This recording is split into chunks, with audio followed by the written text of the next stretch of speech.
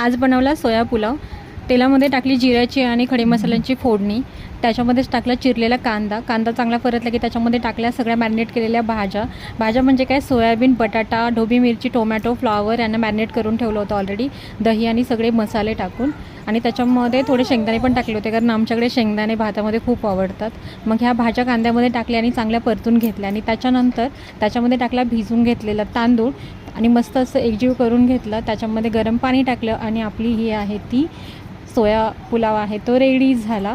आणि मग काय, अंशूला खायला दिला आणि अंशूलाच विचारलं अंशू कसा झाला आहे, कारण अंशूने ना काल सोया पुलाव मागितला होता, म्हणून मी तिला न विचारताच आज डायरेक्ट बनवला.